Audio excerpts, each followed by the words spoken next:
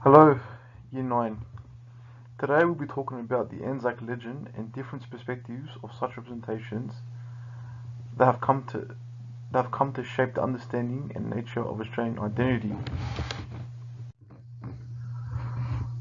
What do we mean by the ANZAC legend? Well, the ANZAC legend mainly revolves around the shared characteristics possessed by the Australians and New Zealand soldiers. These could include courage, mateship, endurance, and spirit.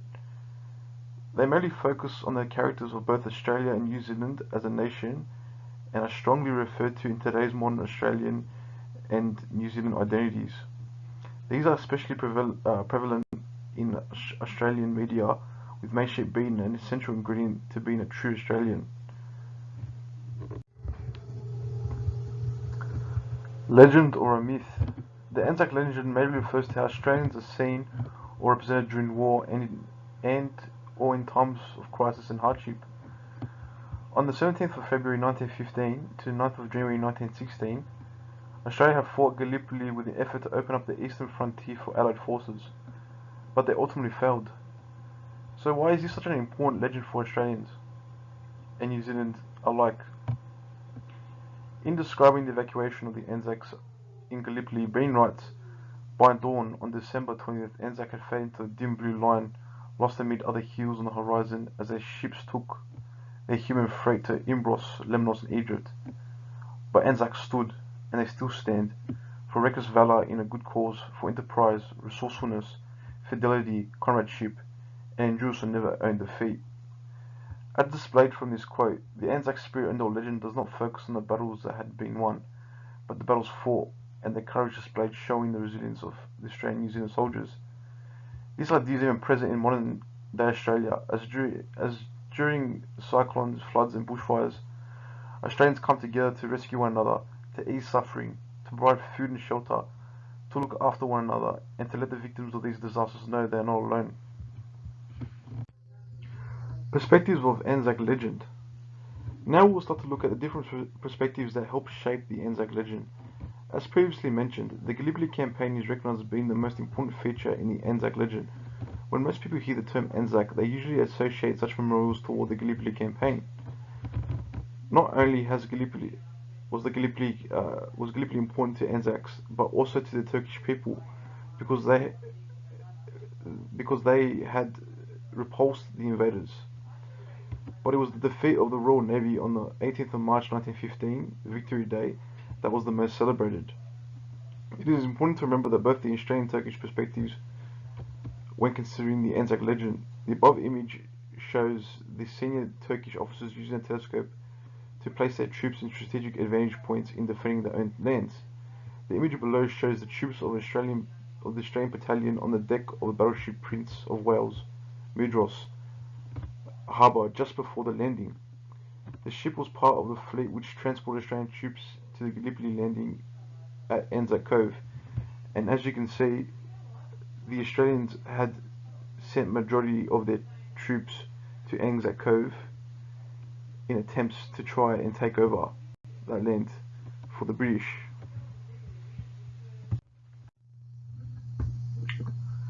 In this slide, we'll be discussing the sources and perspective of Australian troops during the Gallipoli campaign.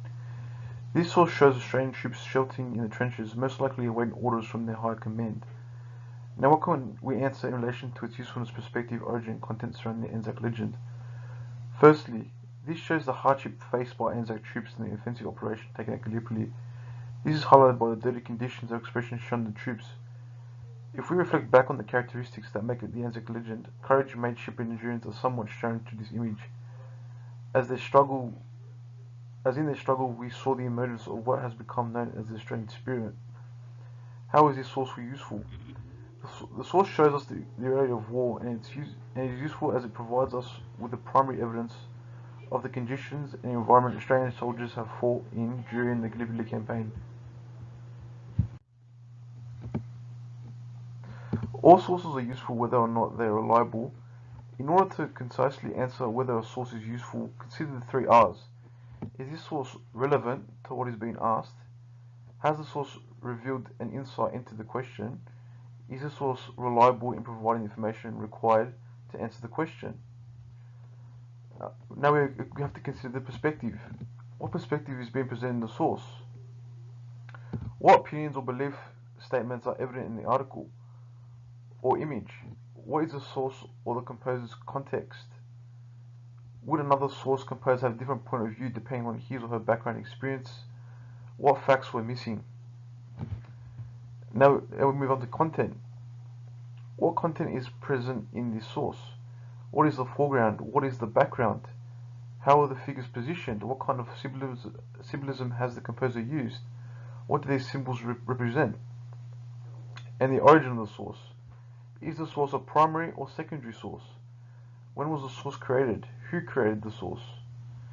These are all essential aspects in analyzing a source and the fundamental understanding of in learning what is the ANZAC legend and how the ANZAC legend came to be.